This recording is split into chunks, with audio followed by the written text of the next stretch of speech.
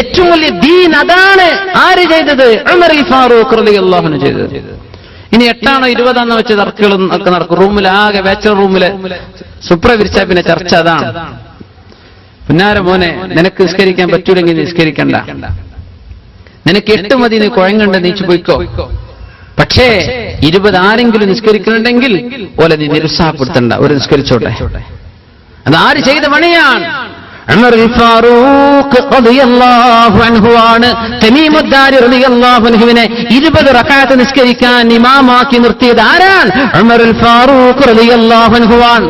ആരാണ് ചെയ്തത്? അദ്ദീൻ, ഏറ്റവും കൂടുതൽ ദീനുണ്ടായ മഹാനാണ് ഉമർ ഫാറൂഖ് റളിയല്ലാഹു അൻഹു.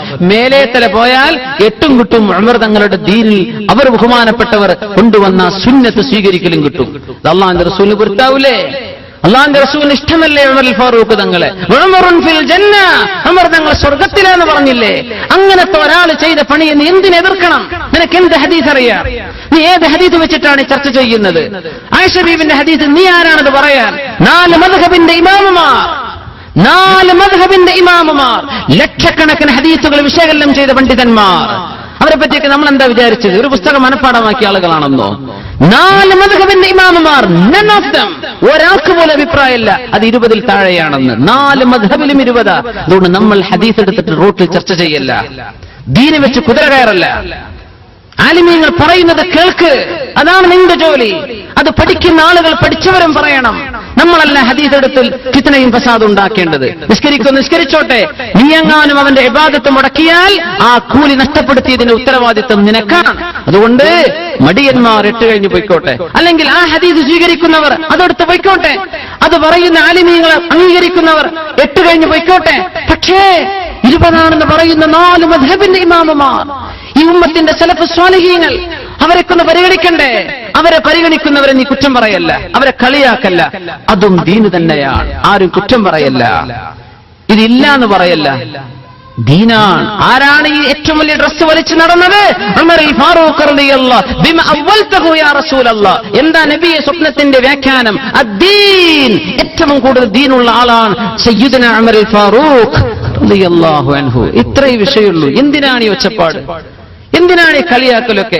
ആലിമീങ്ങൾക്ക് 2 അഭിപ്രായമുള്ള വിഷയത്തിൽ ഒന്ന് തെറ്റാണെന്ന് പറയാൻ പാടില്ല എന്ന്. 2 അഭിപ്രായങ്ങളാണ്. നായ നജസാണെന്നും ത്വാഹിറാണെന്നും അഭിപ്രായമല്ലേ മദ്ഹബുകളിൽ? ആരെങ്കിലും കുറ്റം പറഞ്ഞിട്ടുണ്ടോ അങ്ങോട്ട്? ഇത് തെറ്റാണെന്നും ശിർക്കാണെന്നും ആരെങ്കിലും പറഞ്ഞോ? ഇല്ല, ആലിമീങ്ങളുടെ അഭിപ്രായമാണ്. നീ അത് സ്വീകരിച്ചോ, നീ ഇത് സ്വീകരിച്ചോ. കിലാഹുമാ ദീൻ, രണ്ടും ദീനാണ്. പക്ഷെ നീ കുറ്റം പറയല്ല, ഇതില്ല എന്ന് പറയല്ല, ഇത് ബിദ്അത്താന്ന് പറയല്ല, ഇത് ഇസ്ലാമിന് പുറത്താന്ന് പറയല്ല. അതൊക്കെ ഗൗരവമുള്ള വാക്കുകളാണ്. ഉലമാഇന് അഭിപ്രായ വ്യത്യാസമുള്ള ഒരു നിയമത്തിൽ ഒന്ന് തെറ്റാണെന്ന് പറയാൻ പാടില്ല. ഇതാണ് 4 മദ്ഹബുകളിലൂടെ ഈ ഉമ്മത്ത് പരിചരിച്ചു പോകുന്ന അച്ചടക്കം. ഇതാണ്. അതൊക്കെ നഷ്ടപ്പെടുത്തിയില്ലേ? ഒരു ഹദീസ് പിടിച്ച അവൻ പിടിച്ചത് മാത്രമാണ് ശരിയെന്ന വിചാരം. എന്ത് സങ്കുചിതത്വമാണിത്? എന്തൊരു നാരോ മൈൻഡഡ്നെസ്!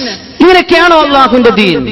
എത്ര വിശാലമാണ്! അതുകൊണ്ട് ആരും ഇബാദത്തിന്റെ വിഷയത്തിൽ കുറ്റം പറയല്ല. നിങ്ങളുടെ അഭിപ്രായം നീ സ്വീകരിച്ചോ, നീ 8 നിസ്കരിച്ചോ, 8 നിസ്കരിക്കാതിരുന്നോ, 20 നിസ്കരിച്ചോ, പക്ഷേ ഒരഭിപ്രായത്തെ നീ എതിർക്കല്ല, അതിനും തെളിവുണ്ട് എന്നർത്ഥം. അതുകൊണ്ട് മുഅ്മിനീങ്ങൾ, അല്ലാഹു നമുക്ക് തൗഫീഖ് നൽകുമാറാകട്ടെ. അല്ലാഹു നമുക്ക് തൗഫീഖ് നൽകുമാറാ. ഇബാദത്ത് നല്ലോണം ചെയ്തേക്ക്. കുറച്ച് ചെയ്യാനൊക്കെ ആൾക്കാർ പറയാനുണ്ട്. സമസ്ത കേരള ജമിഅത്തുൽ ഉലമ നമ്മുടെ ഉലമ ആണ്. എവിടെയെങ്കിലും ഒരു നന്മ ബാക്കിയുണ്ടോ എടുത്തോളി എന്ന് പറയുന്നത്. അതാണ് ബറാഅത്തിന്റെ രാവ് വരാൻ പോകുന്നത്.